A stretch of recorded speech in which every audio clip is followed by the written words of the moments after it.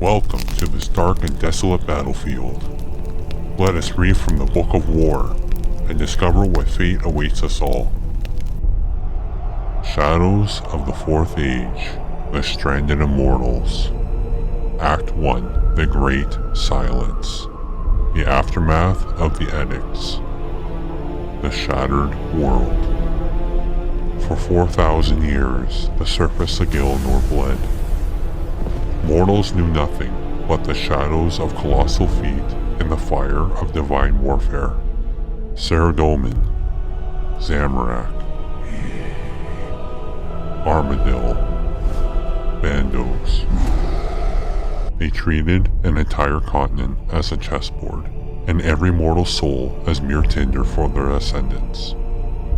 And then, absolute silence.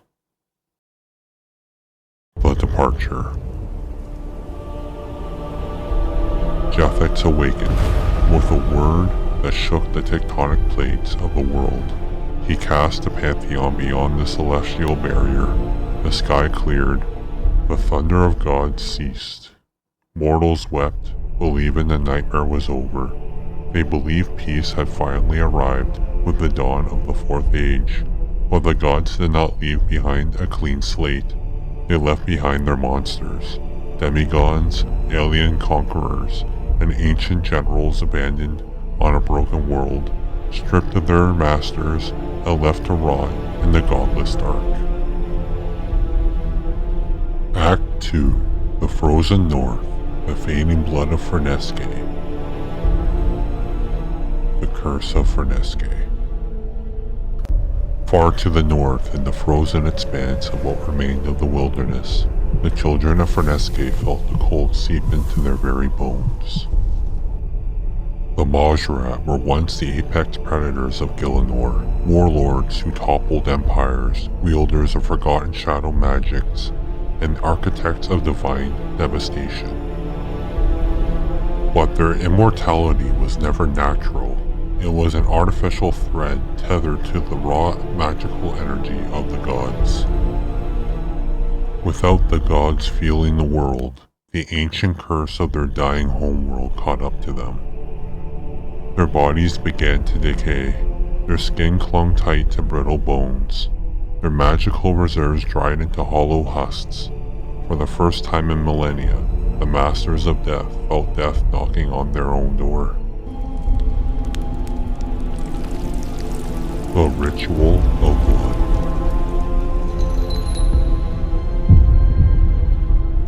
Survival demanded cruelty.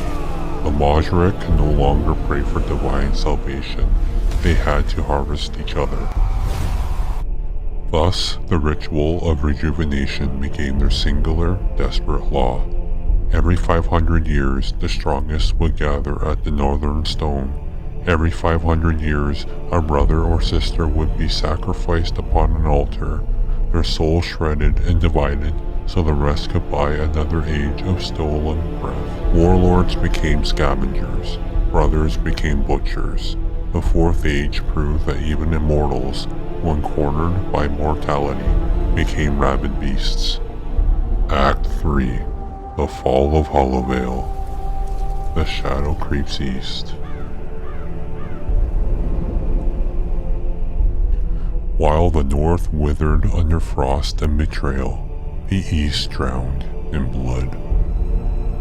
In the kingdom of Hallowvale, humanity believed the end of the God Wars meant they could finally rebuild. They rebuilt towering white walls, planted fields, and raised families under the open sky. They did not realize that the shadow watching them from the eastern mountains was no longer bound by divine law. Lord Drakan had stepped onto the stage. The Rise of Mahjarrat. Drakan and his vampiric noble houses did not merely conquer Hallowvale, they gutted its soul. White marble was stained with Vespria. The proud kingdom was dismantled board by board, brick by brick, twisted into the sprawling nightmare of Mahjarrat. Humanity was stripped of arms, stripped of hope, and stripped of dignity. They were no longer citizens of Gielinor.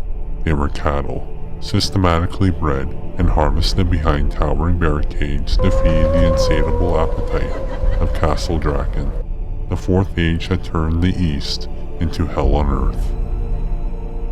Act 4. The River of Salt and Souls. A March to the Border.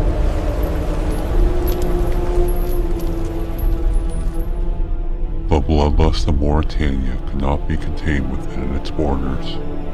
Drakan's legions pressed relentlessly west, threatening to cross into the heartland of Misthalin and Asgarnia.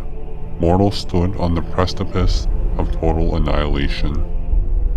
There was no Saradomin descending with a flaming blade, no Armadillian hosts descending from the clouds.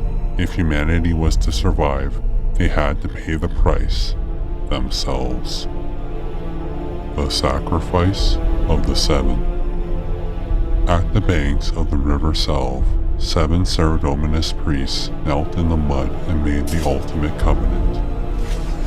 They did not pray for a miracle, they became one. Channeling their pure life essence directly into the flowing current, they burned their own souls into the riverbed, weaving an eternal consecration into every drop of water.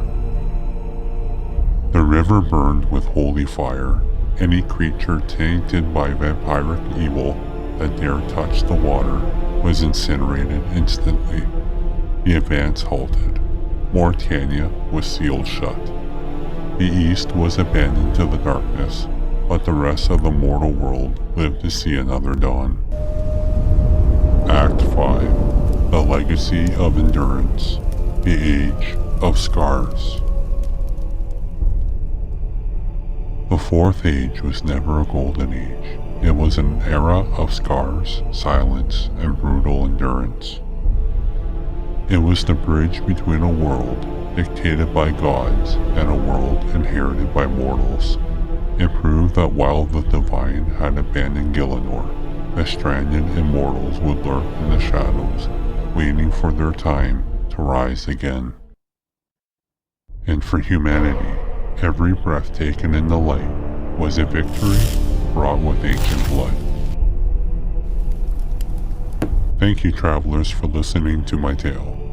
If you would like to hear more stories like this one, force crush the like and subscribe buttons. It is your destiny. Farewell.